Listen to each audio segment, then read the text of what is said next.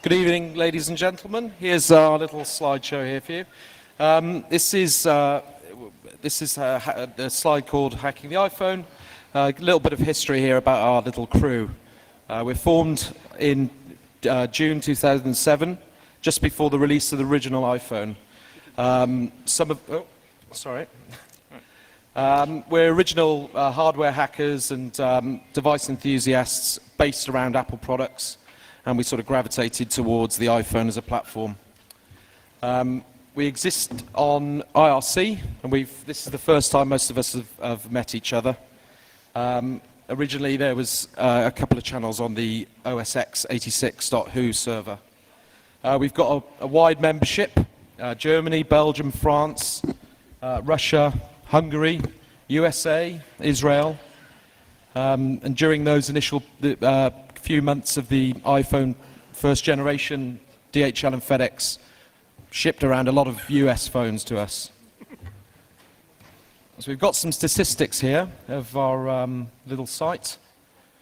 We've had about 1.7 million visits in the last month, 60,000 unique visitors per day, and various networks around. We've got a tool called Pwnage Tool and another tool called QuickPwn, which is viewed here as an Xcode project. It's a Cocoa application. It's got 20,000 lines of code. QuickPwn has got 15,000 lines of code. There's also other platforms, Windows and Linux as well. We've had 3.6 million Sparkle updates since we last deleted our logs, which was in the 16th of July. We tried to release patches when Apple released an iPhone update. We tried to get patches out 24 to 48 hours after the release of those updates. And the modular bundle set for cross-platform use. We use Sparkle for updates for the Mac platform, as I mentioned. Oh, sorry. And interestingly, there's 180 very active users from Apple who update their QuickPwn and Pwnage tool on a regular basis. So I think they like our software, which is pretty cool. So thank you very much, Apple.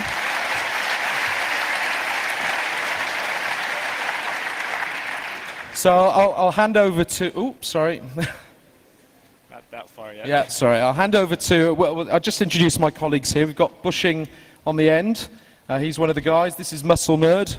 And this is Planet Being. I don't know why, but this is Planet Being, and we've got a bunch of other guys here who don't want to be identified for obvious reasons. But hello. Right there at the end. Yeah, they're over there. Yeah, wearing Pwn Apple T-shirts, and they speak Russian. So say hi, guys. So.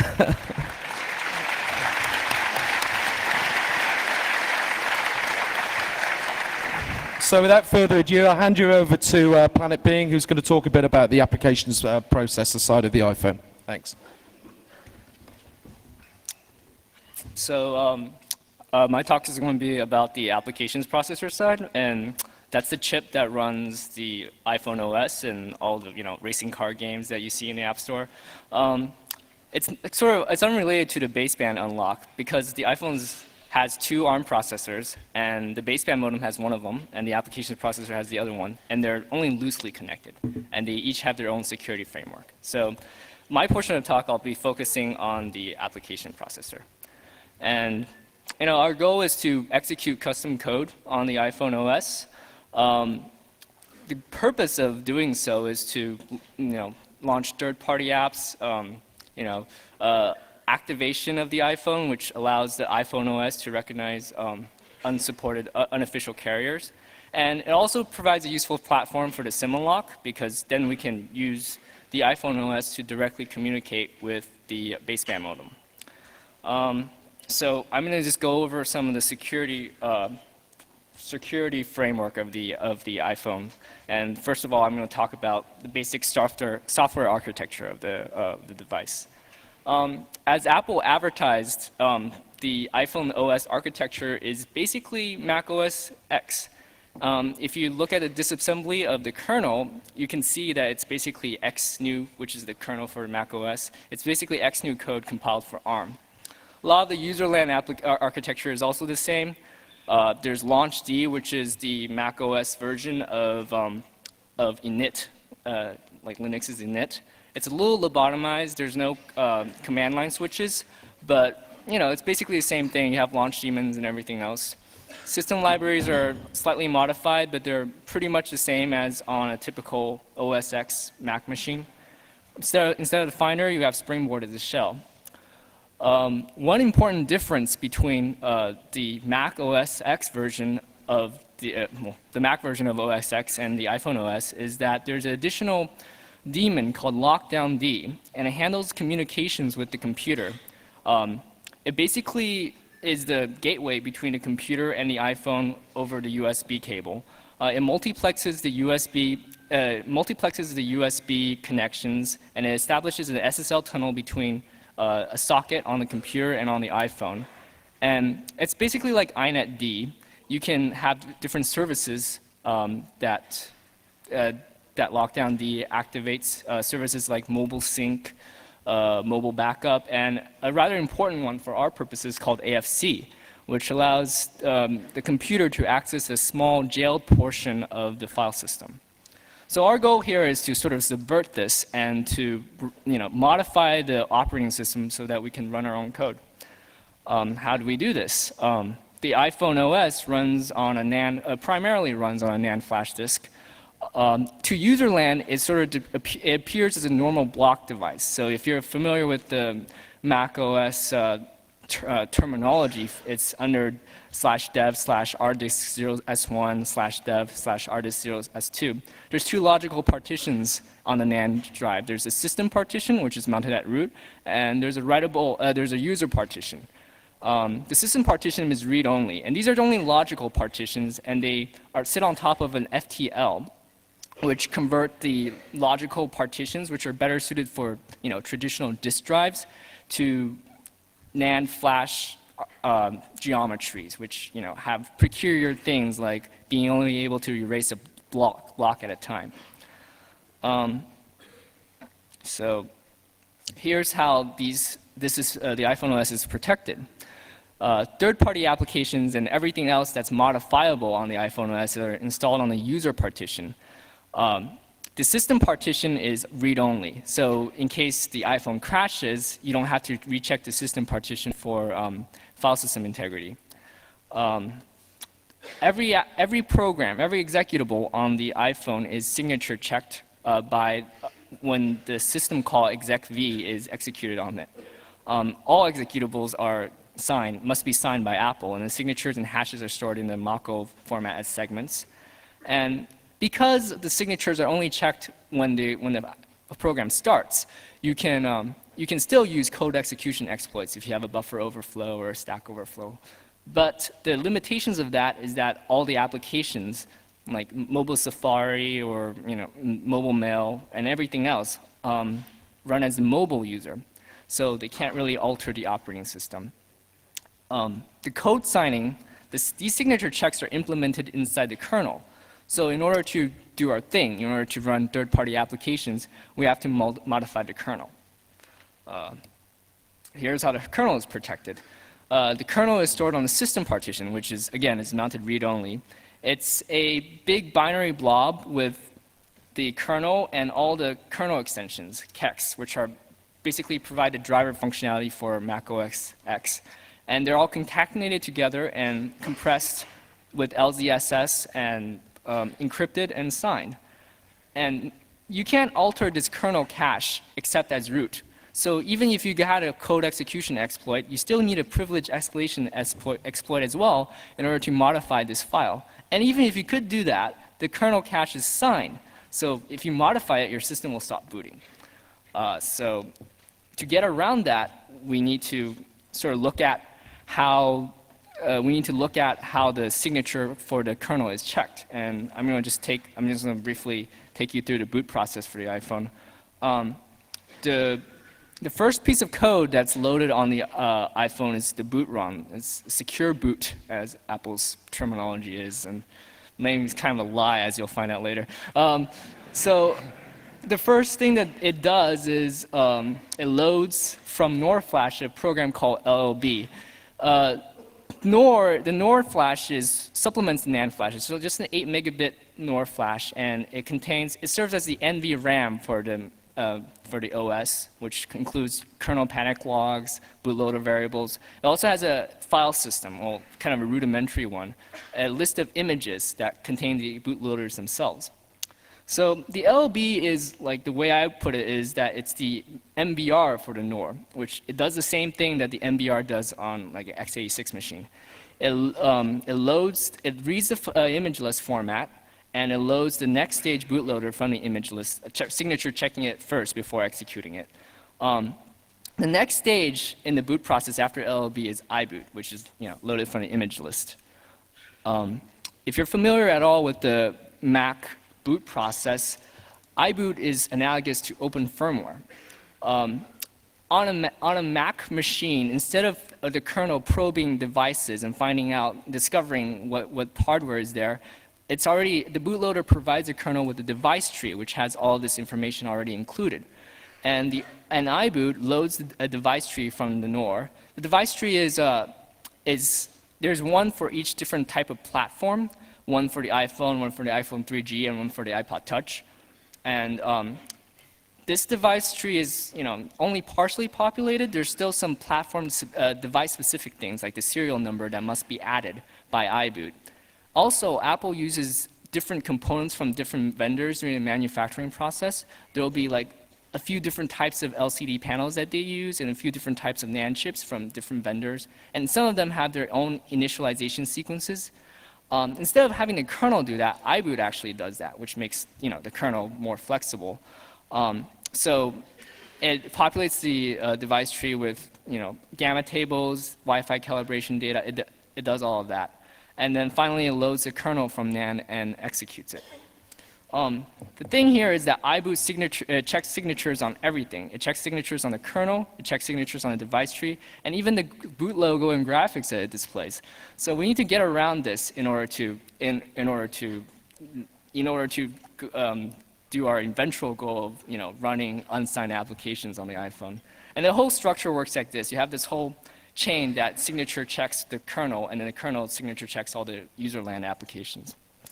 So there's one slight problem with this scheme. We know that user land applications are signature checked by the kernel.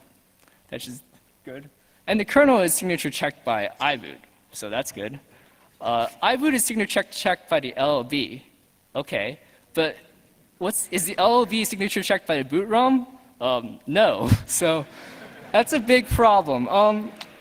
So all we need to do is just flash our own LLB and then patch out the signature checking on all the subsequent stages, and then we can run our own code. This is a little bit easier said than done, though. So, okay, so the next part is the only way we can flash NOR is through the restore process, and I'll explain why in a second after I tell you what it is. Every stage in a boot process that I described earlier can abort to either a DFU or recovery mode, and it's activated by either key presses or if the next stage can't load. Recovery mode is basically a USB or serial console. It's a feature of iboot, and DFU mode is just a mode where iboot can be loaded and you can get into recovery mode. So the restore process is basically a version of iboot is loaded, a newer version of the latest one is loaded by iTunes onto an existing version of iboot or DFU mode. And then iTunes sends the latest kernel and a restore RAM disk to this iboot. And then iboot boots the kernel from the RAM disk. The restore process itself is actually conducted by this RAM disk kernel combination, a lockdown D daemon called restore D, the lockdown D thing as I described. It communicates with iTunes. It downloads a ASR image. I don't know if you guys know about ASR, but it's an Apple backup thing. ASR image from iTunes, and also downloads NOR firmware to be flashed. And the good thing about this process is actually very well designed. It's pretty much impossible to brick the iPhone because of this process, because you can, at any point, brick the applications processor, that is, at any at any point, because you can always bootstrap the restore process like this. Okay, so the way that this restore process is protected is that iboot that's loaded from any stage is signature checked before being executed. The RAM disk and kernel are also signature checked by iboot. And restore D itself signature checks the ASR image and the NOR firmware. And restore D sits on a signature checked RAM disk, so it itself cannot be normally modified. Also, everything is encrypted with something with a key that's derived from a hardware AES key. This AES key, we can't read it, but the code on the iPhone can use it. These keys are disabled from a non-secure boot, from any boot that's not from a signed RAM disk. So this means that even if we were able to find a code execution exploit in userland, on a normal boot, and have a privilege escalation exploit, and communicate with the kernel and try to tell it to flash the NOR, we still can't do it because we're not in a secure mode. The file system itself is encrypted with file vault, and the way that's done is the file vault key and also the expected SHA hash of the file system is stored on an encrypted RAM disk. And this way, everything is encrypted, and it makes it difficult for us to do our work because we can't read any of the code and we can't reverse engineer it. So that's the way that they planned it. So it still sounds pretty secure. All the modification this graph shows all the modification vectors for every piece of the software that I mentioned. And you see that everything signature checks everything else pretty much. So it's still pretty secure even if the boot ROM doesn't signature check LLV, as long as you can't modify NOR. Well, there's one problem, and is that this chain can be broken, and what better place to break it is than at the boot ROM level, where they can't patch it or fix it in any way.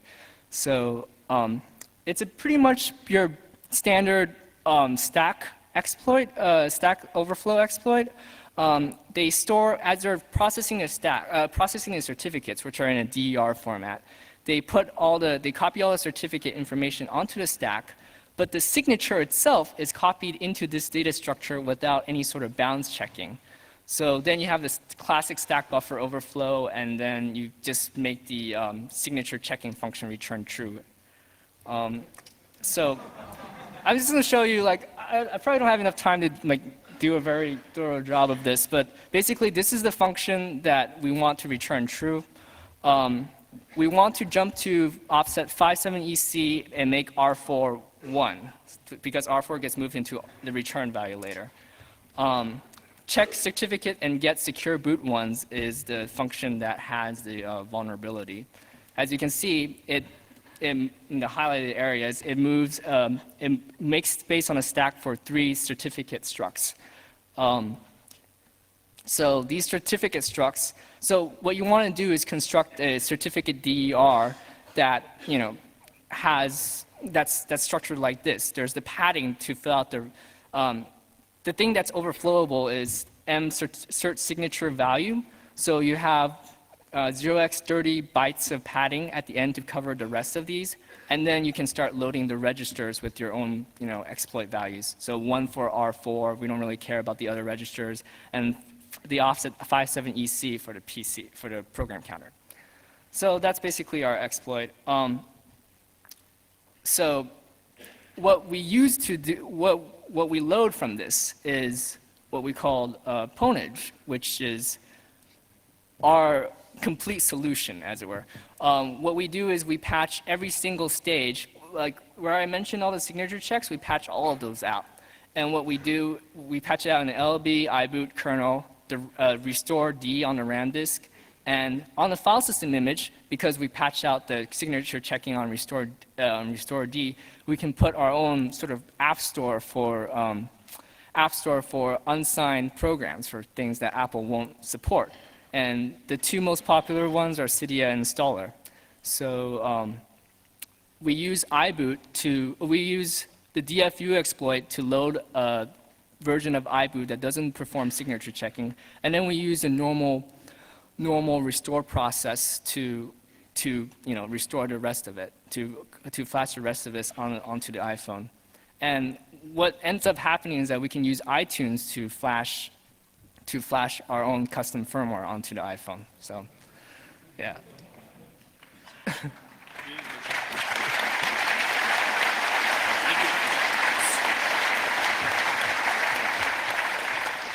So just briefly, I'm going to just mention stuff that Apple did wrong to make the job easier for us. And probably the biggest reason is that instead of rolling out all this wonderful security mechanisms at once, they did it piece by piece, and they sort of made a few mistakes early on in the process. And that way, by doing so, they allow us to get access to pieces of code, and we were able to reverse engineer it, and we were able to figure out how it all worked and where the vulnerable points are and how to attack it. One of the early mistakes is in 1.0.2, the iPhone actually trusted iTunes, which we can modify easily. And we could, at that point, we could actually send custom restore commands and jailbreak the iPhone. None of the executables were signed at that point, so you can make a simple file system alteration in your jailbroken. Another vulnerability in 1.1.1 and 1.1.2 is that everything used to run as root. So if you find a vulnerability within any sort of userland program, then you have root. And then they also left some interesting things like dev kmem, which means that we can poke and peek kernel memory and execute kernel code. So that's kind of bad. And finally, probably the mistake that first allowed pwnage was they left the boot arguments PMD and VMD. And these boot arguments can construct a RAM disk to boot from out of anything. And that basically allowed, not out of anything, but out of any contiguous portion of memory. And that allowed us to bootstrap a RAM disk pretty easily. Because when we upload a RAM disk, it has to be, the iPhone has to store it in memory somewhere, and then signature check it, and then decide whether it wants to pass it on to the kernel based on whether the signature is correct. But even if it fails the signature check, the RAM disk is still in memory. So we can use PMD and VMD to construct a RAM disk out of that portion of memory that it temporarily stores our upload in. And then this basically allowed us to boot from an unsigned RAM disk right away and allow us to flash our first bootloaders. So, we learned a lot from this process. We now have adequate control over iPhone's hardware to even run Linux on it. So that's basically where we are at. And I'll pass it to Muscle Nerd to describe the baseband firmware.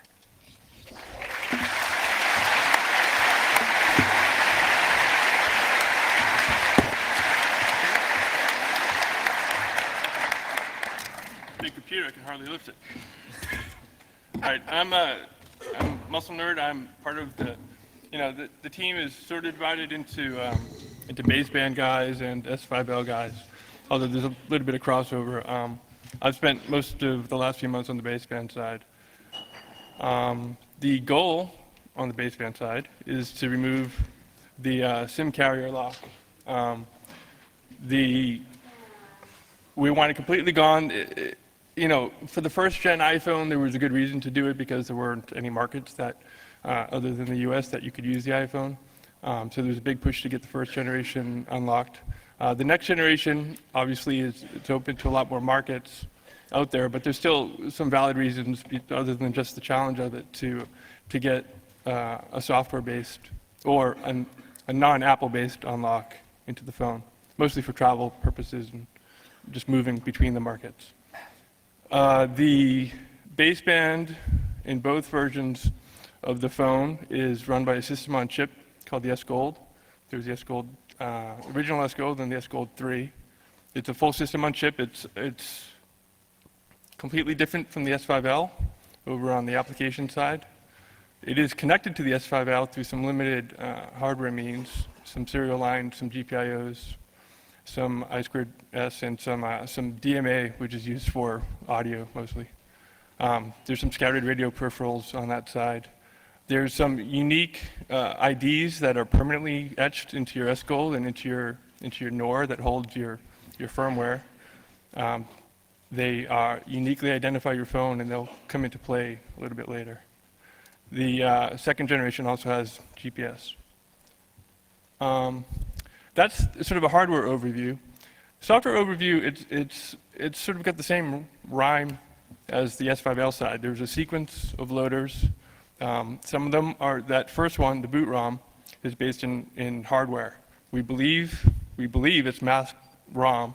We hope it's not, because if it's not and we do something stimulating enough to Apple, they may go off and try to reprogram the boot ROMs in the field, and that would be glorious to see, because we could reuse that ourselves. But we believe it's in masked ROM. So the boot ROM loads the boot loader, which loads the firmware, which is that humongous body of code where all of the action takes place, most of the action. So that includes Nucleus, which is a common embedded operating system, the GSM stacks, the SIM support, STK support, and all the things you'd expect from the radio. So there's this sequence, and what I'll do in the next few slides is describe a little bit more detail each of those components. Oh, I forgot these two. There's what they are calling EEPROM and NVRAM, which are really just different parts of the NOR, but they're in parameter blocks, which are smaller, so you can program them faster. These hold things that, two different things that are tied to the baseband and things that are tied to your phone. For example, your Wi-Fi is calibrated at the factory, and there's a unique set of calibration data that was determined at the factory that works with your particular RF chip, and that's specific per phone. So some of it changes depending on the baseband, and some of it never changes unless you have a different phone. Now, the big thing about the baseband, and the most irritating thing, is that there's no DFU recovery mode.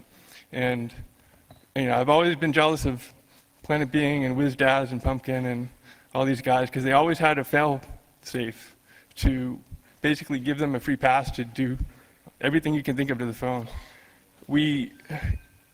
Some of us at several points have completely erased the NOR and completely invalidated the LLB and things like that. And what happens if you have an invalid LLB in there, which is that sort of that second stage, is your phone basically just rapidly flashes white and black with like these horrible looking sear marks going down the screen.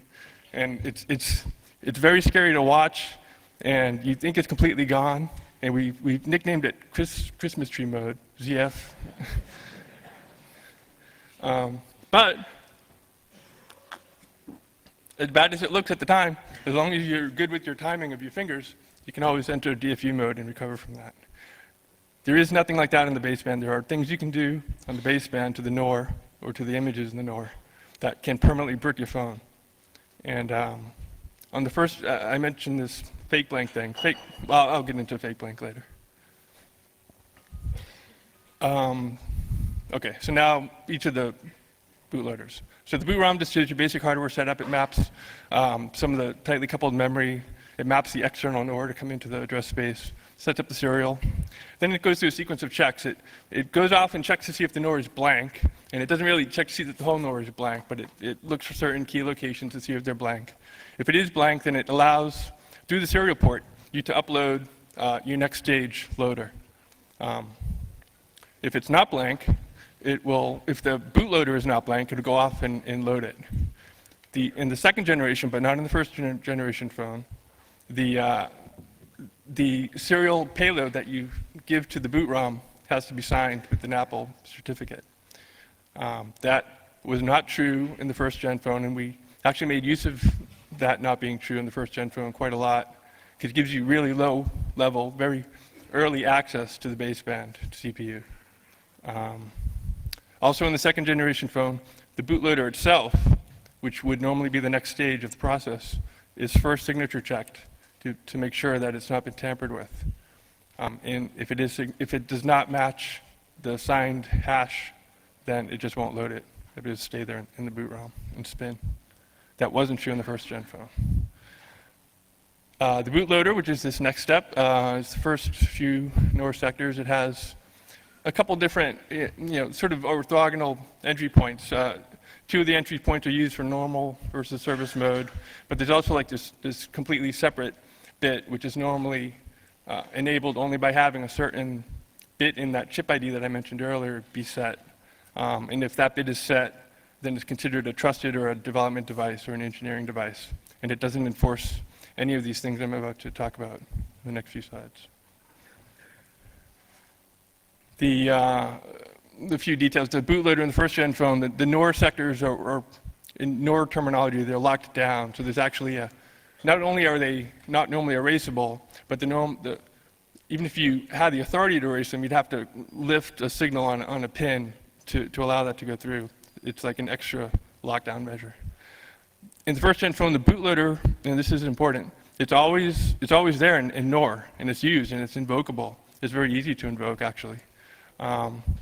And that bootloader itself, and the reason, I don't know if bootloader is an official term or whether it was developed by the community, but it's that bootloader that allows you to go off and program the next stage of the sequence, as long as you pass certain checks. And one of those checks is this next item, the signature check on the firmware. So the bootloader, I don't think 3.9, but 4.6 bootloader in the first gen phone does signature check the firmware. So there is, except for the bootloader itself not being checked, I guess the chain of trust begins at that point. In the second gen phone, unlike the first gen phone, that interactive loader is not there in NOR. It's not permanent. You actually have to upload it. And not only do you have to upload it, it's actually a multi-stage upload. You have to first upload a payload that the boot ROM accepts with one set of keys, and then as long as you've got the authority to upload that image will then go off and load a second bootloader with a separate set of keys. So there's this division of trust in this loader over loader protocol. And it also does this signature check of the next stage. That next stage being the firmware. So the firmware is where, everything except for the booting happens in the firmware. So this is where your radio hardware gets set up and the stacks get set up and the SIM starts and the STK starts and everything starts. This is where all the action is. Once the firmware is up and running, which is done with the Nucleus OS, which I mentioned earlier, it's basically, it's the whole program on the phone. The only thing that would bring it out of that operation mode would be a crash or power off or something like that. The firmware can be updated, obviously, and this is the next few slides are a brief description of that update. You basically reboot the baseband with the control signal, which is easy to do. You ping it, you get it to enter the service mode that I talked about. In the second gen phone, this is where you do that multi-stage loading of the loader itself. So there's the security loader and this RAM loader. But in the first gen phone, it's a lot easier. You just reset it and you just ask it, please go into service mode. At that point, all right, so that's where they differ. At that point, they sort of join up again, and what they do, you basically give these loaders what's called a sec pack that describes, it's a file that's signed by Apple. It's verifiably signed by the bootloader. And it defines what NOR addresses you're allowed to touch, what the signature of the firmware you're about to load is. And so it's a signed package describing what's about to happen. If any of those fields are mutated in any way, the signature fails and whoops. What did I do? Help! Anybody good with OS 10? Damn you, Google.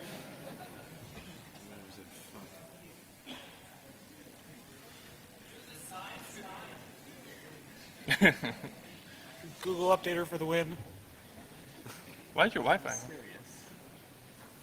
It's to the Wi-Fi. Yes, that's right.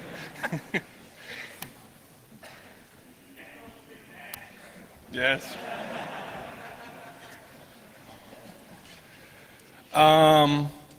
Okay, if all those things pass, then you send it to firmware and the bootloader takes care of updating the upper part of the NOR. So here's the chain of trust. I'm going to do it sort of in reverse order. The SIM carrier lock, which if you recall is our ultimate goal, is enforced by the firmware. Definitely do not want to go into the detail here because there's a lot of detail here. There are basically tables in there that describe to the phone whether the lock even exists, it's tied to those two IDs I mentioned earlier, the chip ID of the S Gold and the NOR itself. There's T encryption, there's RSA encryption, there's all the stuff that goes on in the what's called the SEC zone. And so the only difference between a locked and unlocked phone in the official sense is the tables that are encrypted in the SEC zone. The firmware itself is identical, the baseband is identical, the boot ROM is identical, everything is identical. It's just the SEC zone which is uniquely tied to a given phone's chip ID and NOR ID. That's why you can't just take an officially unlocked phone, somehow copy the firmware over to an unlocked phone, a locked phone, and somehow make it unlocked, because that SEC zone would not verify the boot loader and the firmware itself would try to decrypt it using that phone's chip ID and NOR ID, and it just would be bogus. It wouldn't recognize it. All right, so continuing with the chain of trust. So the SIM carrier, I'm going back and forth. SIM lock is enforced by the firmware. The firmware is integrity checked by the bootloader. There is a signature there. It's verified by the bootloader. And if that check passes, the bootloader just stops. It doesn't go any, you can't, it's basically non-functional. All right, so, I'm sorry, I should not keep going back and forth. So, this is the check for the existing firmware. The existing firmware will not be run if the integrity check fails, which means that somebody has come in after the fact and changed the NOR on you. There's also the update process, right? So new firmware is verified by the service mode loader, and it's signed with all the usual checks. And then this loader overloader stuff.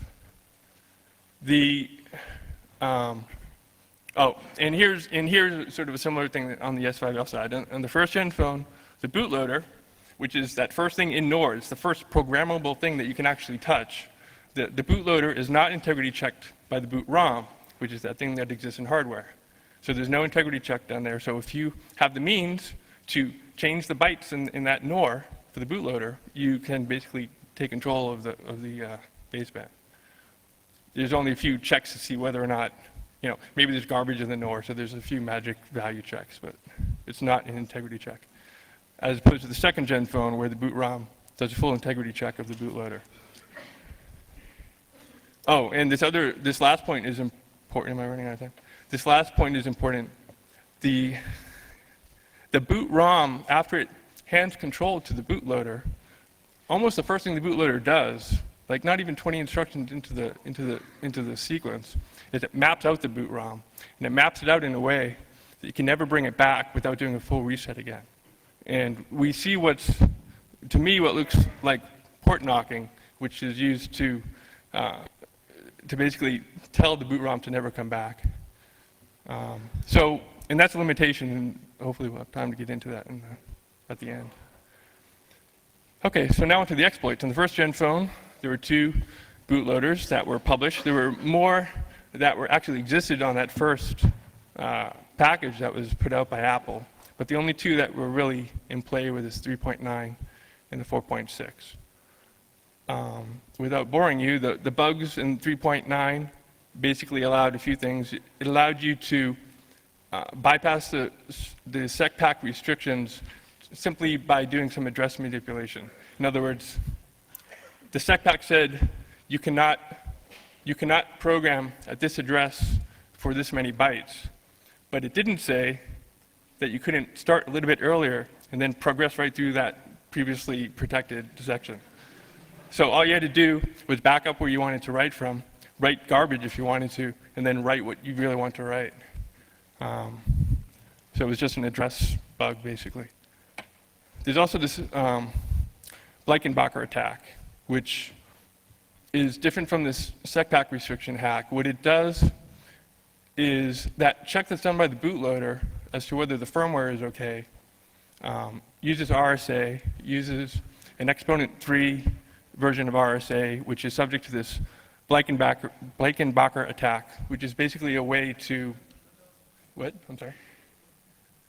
which is basically a way to forge the RSA in a way that it looks like it passes to a poor implementation of RSA. And it's interesting because, yay, because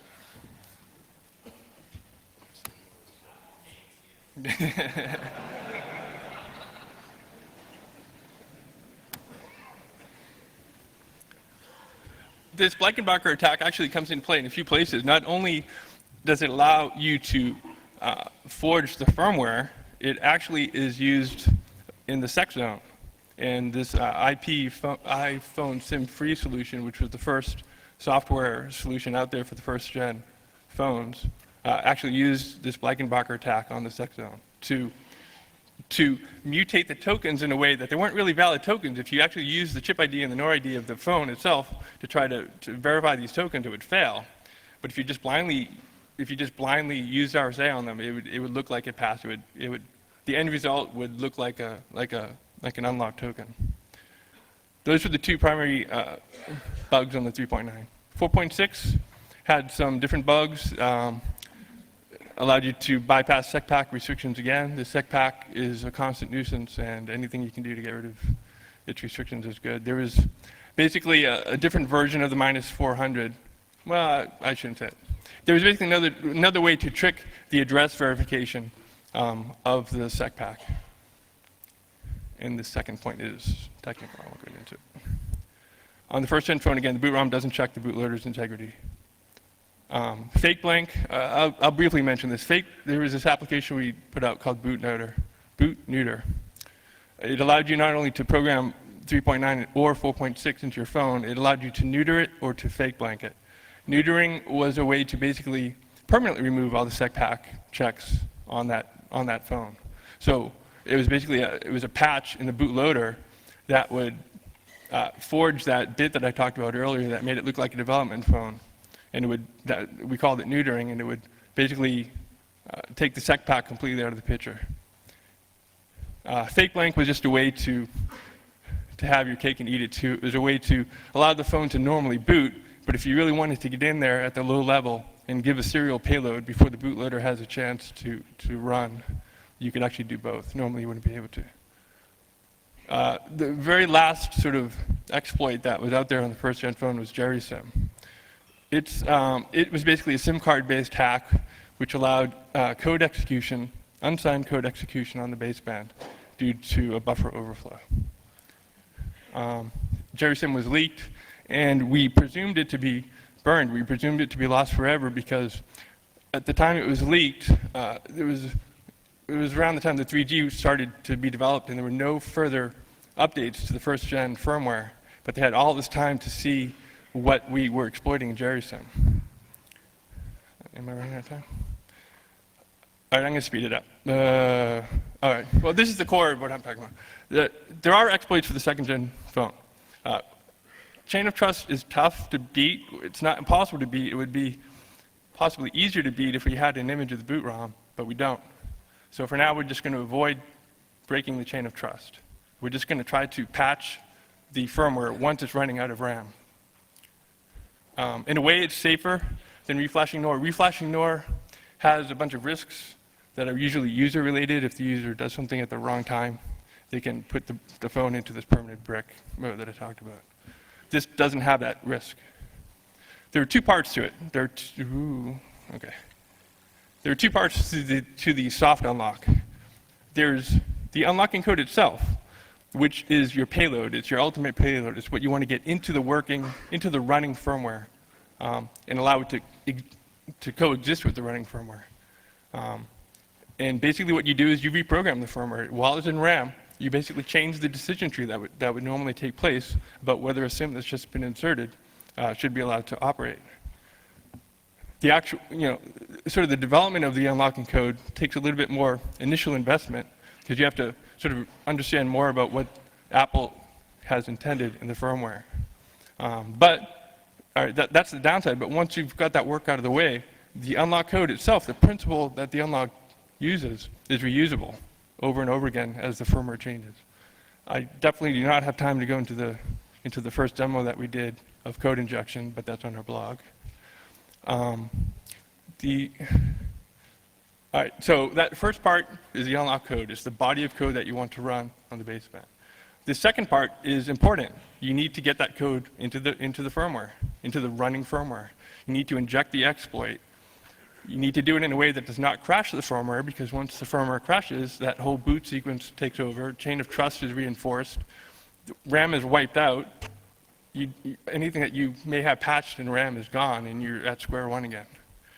What's interesting, the reason I mentioned JerrySim earlier is JerrySim was actually still present in the first release of the iPhone 3G. The hole was still there. They didn't actually fix it. Unfortunately, they did fix it soon after.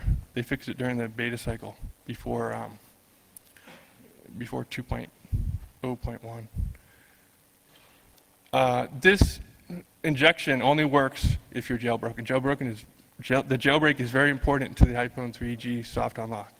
You can only do this if you're running software that Apple does not want you to be running. The second bullet here, it's kind of in the wrong place, but Apple is definitely going to be closing any of these injection exploits as they're used, in a way that's similar to the jailbreak for the first-gen phone. Every time we did the jailbreak for the first-gen phone, they patched the hole that was used. Similarly, with the soft unlock, anytime they see how we're injecting this unlock code itself, they are going to fix it, and it's going to go away real fast. So injection holes are easy for Apple to identify because we basically use them. But in my mind, what's important is that, fine, there'll be this cat and mouse game, as Steve Jobs mentioned over and over again, between us and Apple, between the community and Apple. But we really believe, or I really believe, that the unlock code that's injected, even though the injection may change, the code that's injected is not fixable. And hopefully I'll explain it in a second. There was a live demo of the unlock a couple days ago. I don't think we have time for that. Okay. This is on the blog, but this is, whoa. How do I do that in preview mode? I can't do it. That's not playing. Like, I thought I could just click on it to, anyone use Keynote? It's on the blog. No? Okay. Anyway, the demo's on the code, on the blog. What helped with the development of the soft unlock was IDA. It was not just the second-gen phone, but the first-gen phone. Again, we had the unencrypted flash files of the baseband firmware, so we were able to reverse engineer without even needing to have it on the phone. We were able to statically reverse engineer different stages, or the different stages involved in the baseband boot. JerrySim itself was very important, it turned out. During that long gap I mentioned, where Apple wasn't really doing any updates to the firmware, we were actively using JerrySim to really, we had an early release of the 1.45 firmware, and we had a lot of time to sort of peek and poke at that firmware using JerrySim. So even though JerrySim wasn't really used in the field, it was used internally a lot. What also helps is we have team members that have these different hardware rigs for probing for these injection exploits, basically. So this is from W, or W underscore, I think. This is a rig that he has to basically, without going into the details, it's basically a mux there that muxes between the real SIM card and a PIC controller. And he's allowed to, it allows him to quickly sort of fuzz the baseband for holes in the SDK and for other parts of the SIM.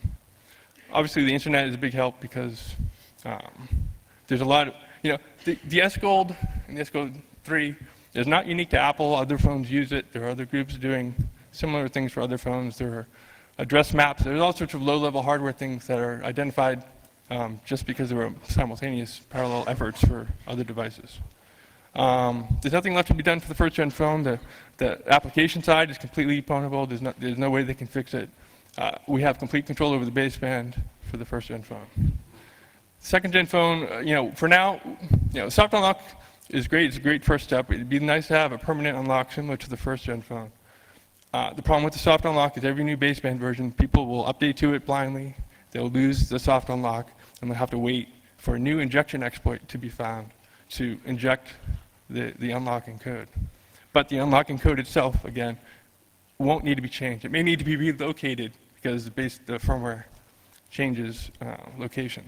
But the code itself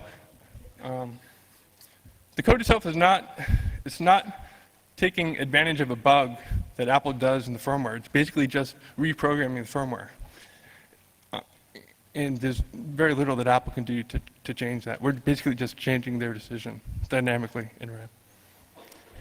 This is the last slide. These are the two remaining things. We really need to find the boot ROM because we really would like to have a more permanent unlock, assuming there is an exploit that can be found and used to break the chain of trust. And there's this other side project. There's a lot of utility in dumping GSM packets and logging them, and there are a few devices that cost very little that allow you to do that. And the technique used in the soft unlock, because it's running along with the existing firmware, interactively, cooperatively, it's running there, it can sort of deal with the same packets that are being processed, allows basically you to dump and log. And that's the last slide. Oh.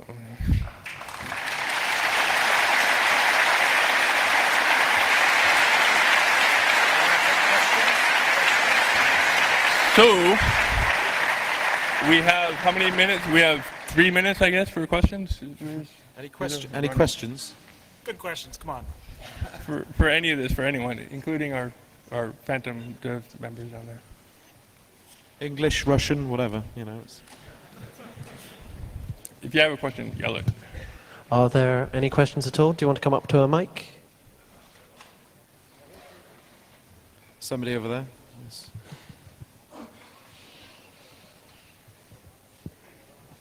Hello. I've heard Apple is now trying to attack you on OS X directly.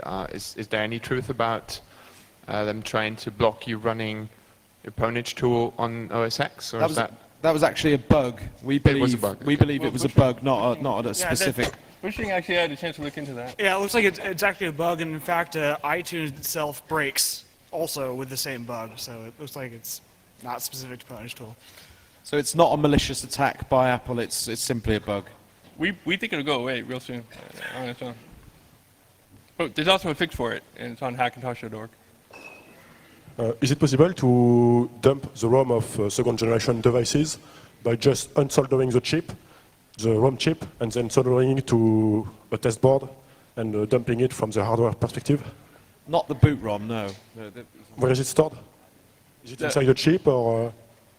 I didn't understand that full question. Can you desolder the chip and dump the Yeah. boot ROM?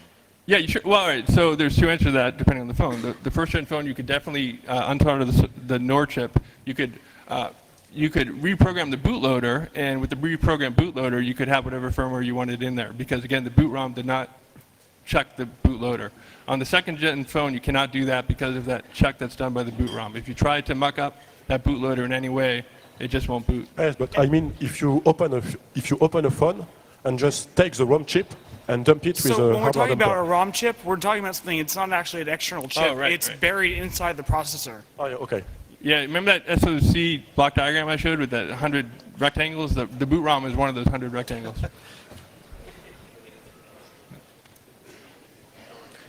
Any more questions? There's some guy there. Yeah, Good night. Somebody there in a fetching yellow t-shirt. He's In the lecture before this, downstairs in S2, there was a guy who was shaving the tops of the chips off and then sticking pins in to read the data inside the chips. Yeah, we'd love to talk to that guy. So I was just thinking, yeah, that would be a way Absolutely. to dump the memory out of the chip. Absolutely, definitely. I'm wondering if you get hands on an Italy iPhone, if you cannot just dump the bootloader from this one and reprogram. sorry, could you speak up? We can't hear you. I said, I'm just wondering if you get your hands on an Italy iPhone, if you just can dump the information from this one and load it in your own bootloader.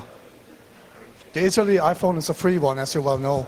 So I wonder if you can just dump the information out of it Are you mixing the phone generations, or are you saying with the second gen? The second generation iPhone, what you buy in the land called Italy, is free. So there you can put in any SIM card you wish. I bought one and I have an O2 card in it, and I activated with the O2 card and I said no problem. So I was wondering if you just can dump the bootloader by itself and find out the information, why they can have it for free and other one are locked. Now, I tried to address that earlier. The code base itself is identical. There's nothing different between the code and a locked and an unlocked phone. The only difference is in the sec zone. And the sec zone has the advantage, or the whole purpose behind the sec zone is it's unique to your phone. It cannot, the information in that sec zone cannot be copied. If you take, by way of example, if you take an unlocked phone, officially unlocked phone, and copy that sec zone into another unlocked phone, you'll break that second phone. It won't even function anymore. You just cannot copy that sec zone. About 5 minutes left. Any more questions at all? 5 minutes. Oh my God. Don't be shy. Come on. All right. Well, shall we just wrap it up then? Any more questions finally? No? Is there any motivation left for you? So the question at the front is, have we had any communication with Apple? And from the beginning of the project in 2007, we've not had one single communication from them whatsoever. And, I talked to Wozniak, and there's a picture of him holding up the phone on our blog. So Woz is a fan, and I've sent him some email and stuff, but no, they haven't contacted us formally with any cease and desists or anything like this. We're very careful about what we ship. There's no copyrighted code in there, and that's the reason we think we're not hassled by them. But they're pretty nice to us. So They do fix the bugs, though. Yeah, they fix the bugs, so Sorry?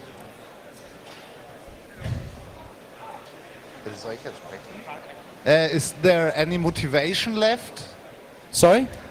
Do you have enough motivation for the next iPhone generation? Oh yeah, of course. Motivation. It's fun, isn't it? Okay, one last question. I got an iPhone in Netherlands, and Speak up, please.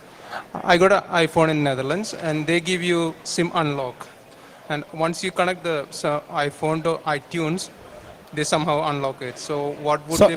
Could you speak up, please? We can't hear you. I got an iPhone in Netherlands from T-Mobile. Yes. And once you pay some extra money, they will unlock it for you. Yeah.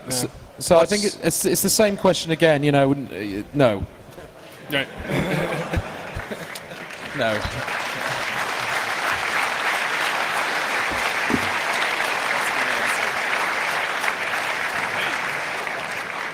Okay, well, thanks very much, ladies and gentlemen, and we'll see you later. Thanks.